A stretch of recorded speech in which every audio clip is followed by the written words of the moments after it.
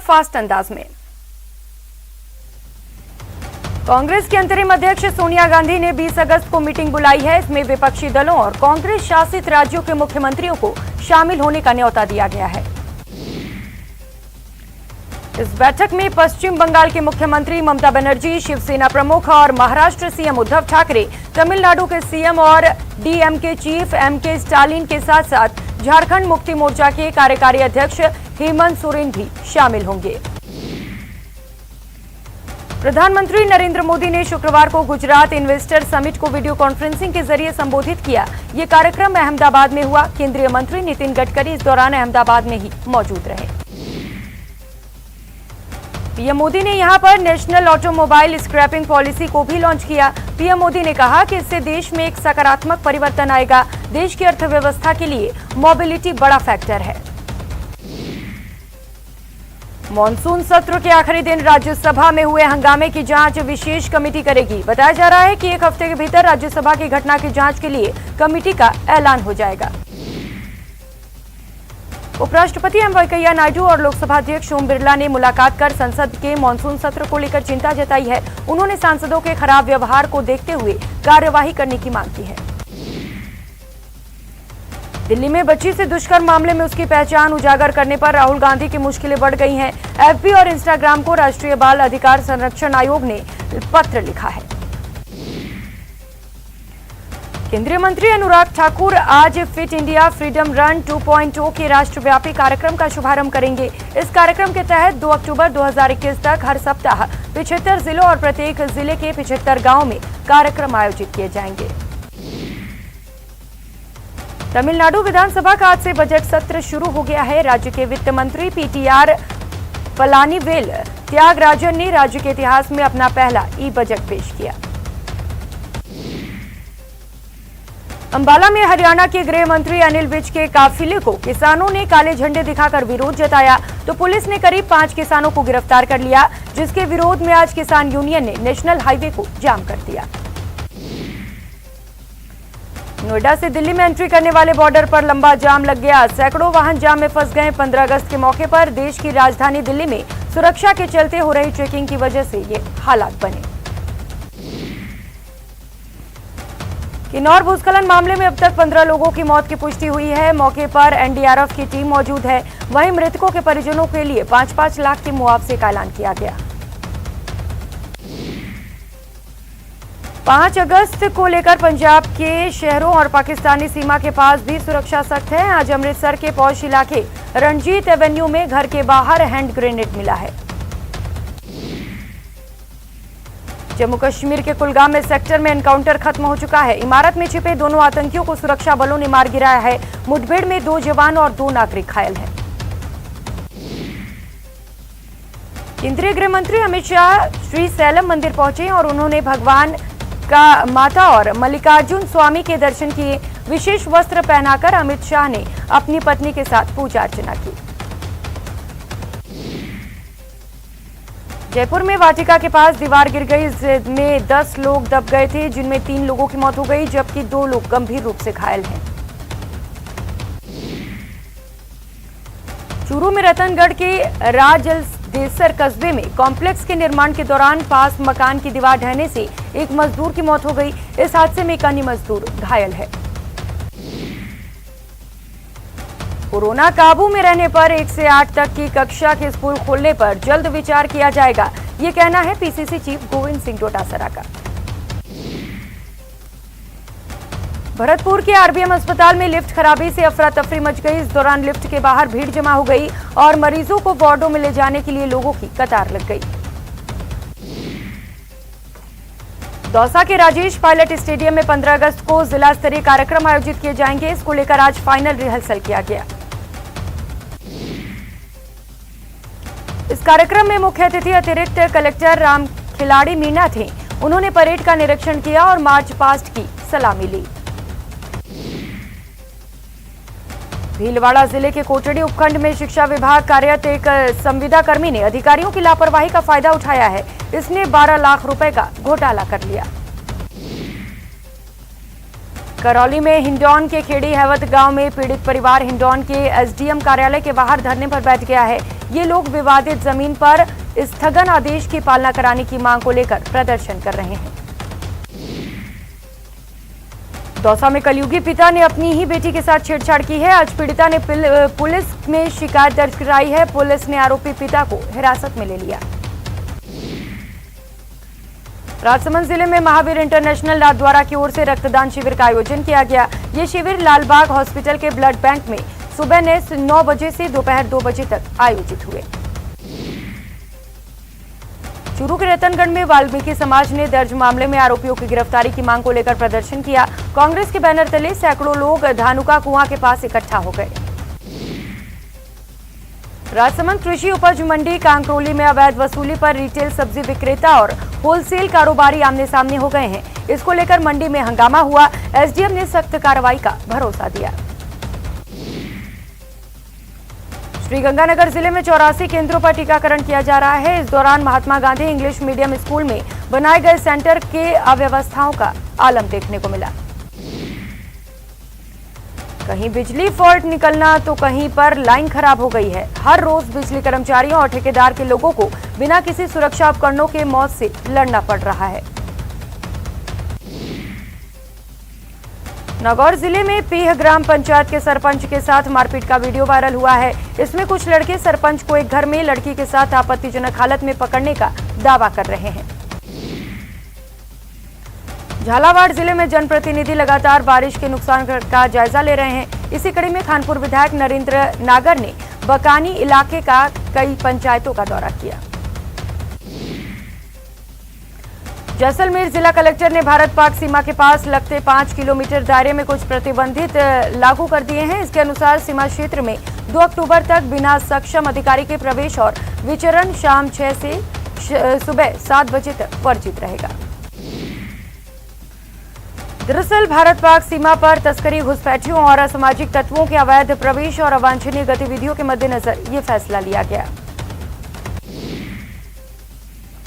आजादी के जश्न की तैयारियां पूरे देश में जोरों पर हैं। इस साल आजादी का ये पर्व इसीलिए भी खास है क्योंकि हमें स्वतंत्रता के 75वें साल में प्रवेश कर रहे हैं। उदयपुर के महाराणा प्रताप डबोक एयरपोर्ट पर खास सजावट की गई है। एयरपोर्ट पर स्वतंत्रता सेनानियों के फोटो भी लगाए गए हैं। एयरपोर्ट प्रबंधन ने यात्रियों से अपील की है कि 15 अगस्त को वे रंग बिरंगी ड्रेस पहनकर यात्रा करें ताकि फ्लाइट में स्वतंत्रता दिवस का उल्लास नजर आए। मुंबई में डेल्टा प्लस से एक 63 साल की बुजुर्ग महिला की मौत हो गई है। मुंबई में डेल्टा प्लस वेरिएंट से ये पहली मौत है। भारत में पिछले 24 घंटे में कोरोना के चलते 40,120 नए मामले सामने आए हैं और 42,295 लोग ठीक हुए हैं। वडोदरा में कोरोना संक्रमण तेजी से कम हो रहा है। बीते 24 घंटे में महज 17 नए मामले सामने आए। प्रदेश में एक्टिव केस का आंकड़ा 200 के नीचे है। वडोदरा में 1 सितंबर से 9वीं से 12वीं तक के स्कूल खुलेंगे। वहीं क्लास 1 से 8वीं तक के बच्चों की पढ़ाई फिलहाल ऑनलाइन जारी रहेगी। इस बार कोविड गाइडलाइन के तहत 15 अगस्त मनाया जाएगा, जिसके चलते कोयंबटूर में तिरंगे झंडे के व्यापार में कमी देखने को मिली है। 22 साल की एक आदिवासी लड़की हैदराबाद में एक सब्जी विक्रेता बन गई है, जिसने लॉकडाउन में आर्थिक संकट के चलते किर्गिस्तान में अपने मेडिकल स्कूल को छोड़ दिया है। नागौर शहर में एक शख्स को चाकू मारकर उसकी कार छीनकर भाग रहे 2 युवक हादसे का शिकार हो गए। नागौर शहर से निकलते हुए बागनाडा के पास उनकी कार बस से टकरा गई। टूडू में भीषण सड़क हादसा हो गया, जहां शाहपुरा थाना पुलिस की गाड़ी का एक्सीडेंट हो गया। थाना प्रभारी समेत पुलिसकर्मी घायल हो गए हैं। बस्सी बासखोआ कस्बे में एक बाइक बेकाबू होकर फिसल गई, जिससे बाइक सवार 2 युवक घायल हो गए। घायलों को राजकीय अस्पताल में भर्ती किया गया। भरतपुर के बयाना में पानी की मोटर चलाते समय 10 साल के बच्चे की करंट लगने से मौत हो गई। बच्चे के परिजन उसे अस्पताल लेकर पहुंचे, जहां बच्चे को डॉक्टरों ने मृत घोषित कर दिया। श्रीगंगानगर के रायसिंह नगर कस्बे में पंजाब एंड सिंह बैंक के बेसमेंट में अज्ञात कारणों के चलते आग लग गई। बैंक के बेसमेंट में आग लगने पर बैंक में मौजूद ग्राहकों और बैंक कर्मियों में अफरा तफरी मच गई। बीकानेर में रफ्तार का कहर देखने को मिला, जहां जामसर थाना क्षेत्र में ओवरटेक करते हुए ट्रेलर और डंपर आपस में भिड़ गए। दोनों वाहन टकराने के बाद एक बिजली के बड़े पोल से टकरा गए, जबकि दूसरा बकरियों के बाड़े में घुस गया। सीकर में पुलिस लाइन के पास गटर की कुई खोदते वक्त हुए हादसे में मौत का शिकार हुए एक युवक का शव पोस्टमार्टम कराया गया। युवक के परिजनों के पहुंचने के बाद अस्पताल में पोस्टमार्टम कराया गया। उदयपुर के लखावली गांव में पैंथर के दस्तक से ग्रामीणों में खौफ का माहौल है। शहर के पास रिहायशी इलाकों में पैंथर देखा गया। पैंथर ने गांव में कुत्ते पर हमला किया है। कोटा के मंडाना में एक ट्रक ने बाइक को टक्कर मार दी। हादसे में एक युवक की मौत हो गई, जबकि बाइक सवार 2 अन्य युवक गंभीर रूप से घायल हैं। आज भी कोटा देहात में कई वैक्सीनेशन कैंप आयोजित किए जा रहे हैं। बोरखंडी में आयोजित वैक्सीनेशन सेंटर के शुभारंभ के मौके पर कांग्रेस नेता अमित धारीवाल शामिल हुए। बीकानेर में केमिकल से भरे ट्रक में आग लग गई। आग से ट्रक जलकर खाक हो गया। ड्राइवर और खलासी ने ट्रक से कूदकर जान बचाई। रेनवाल थाना इलाके के मिंडा रोड पर कार ने बाइक को टक्कर मार दी, जिससे बाइक सवार युवती की मौत हो गई। उदयपुर के सुखेर थाना इलाके में एक युवक ने आत्महत्या कर ली। युवक ने आत्महत्या करने से पहले एक सुसाइड नोट लिखा। सुसाइड नोट में उसने गौरव नाम के एक व्यक्ति पर प्लॉट हड़पने के आरोप लगाए। भरतपुर शहर में चोरों ने 4 दुकानों के ताले तोड़कर वारदात को अंजाम दिया। बदमाश हजारों रुपए लेकर फरार हो गए। शोर शराबा होने पर चोर भागने लगे तो पुलिस ने पीछा किया, लेकिन वो पुलिस को चकमा देकर फरार होने में कामयाब रहे। वहीं पुलिस का कहना है कि चोरों की पहचान कर ली गई है और जल्द ही उन्हें गिरफ्तार कर लिया जाएगा। सीकर के अजीतगढ़ इलाके में एक सरकारी स्कूल के शिक्षक की गर्दन पर धारदार हथियार से वार कर हत्या कर दी गई है। देर रात शिक्षक का शव सड़क के किनारे मिला। मुंबई में एक ज्वेलर से 50 लाख का सोना लूटने वाले गिरोह का पर्दाफाश हो गया है। लूट के गिरोह सक्रिय 7 सदस्यों को अंधेरी पुलिस ने गिरफ्तार किया।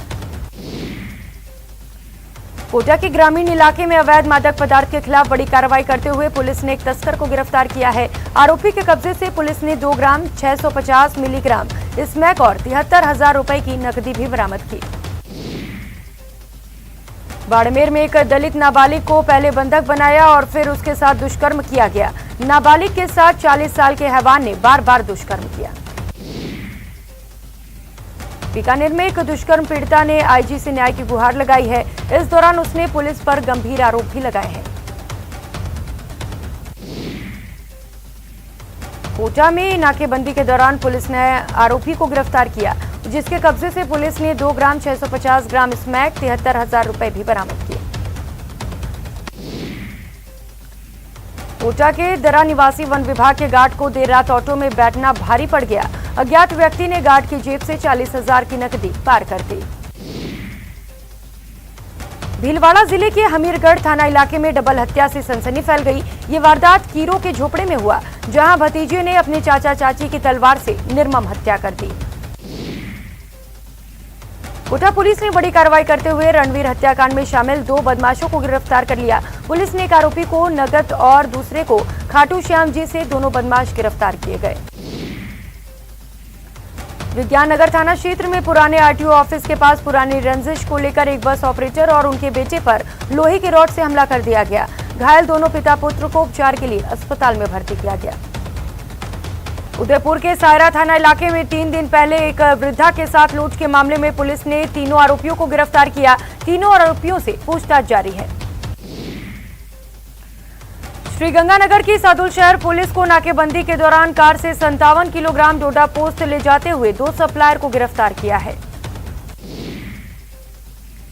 कोटा जिले की दूनी में बीती रात चोरों ने परचून की दुकान पर धावा बोलकर वहां से 45,000 रुपए की नकदी और 600 ग्राम चांदी के आभूषण चुरा लिए। कोटा में ट्रक की चपेट में आने से एक बाइक सवार युवक की मौत हो गई। सूचना पर पुलिस ने शव को कब्जे में लेकर तफ्तीश शुरू कर दी। भरतपुर के बयाना थाना क्षेत्र में कैर गांव में बदमाशों ने ट्रैक्टर चालक के साथ लूटपाट और मारपीट की। 10 से 12 लोगों ने लाठी डंडों से हमला कर दिया और 20,000 रुपए लेकर फरार हो गए। धौलपुर जिले के सदर थाना इलाके के कसीमपुर गांव में जमीन विवाद को लेकर दो पक्षों में झगड़ा हो गया। इस झगड़े में 4 लोग घायल बताए जा रहे हैं।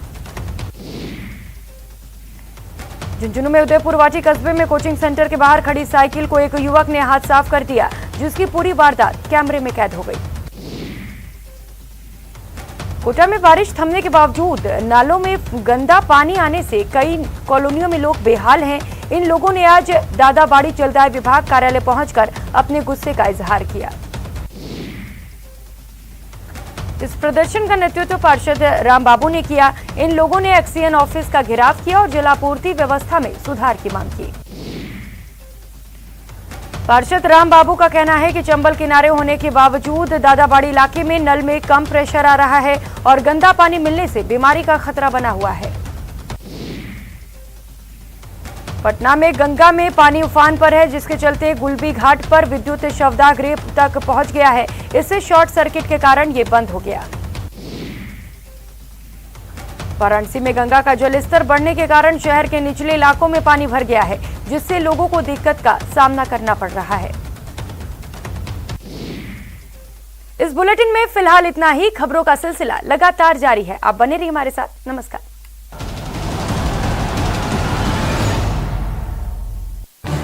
इस न्यूज हेडलाइंस के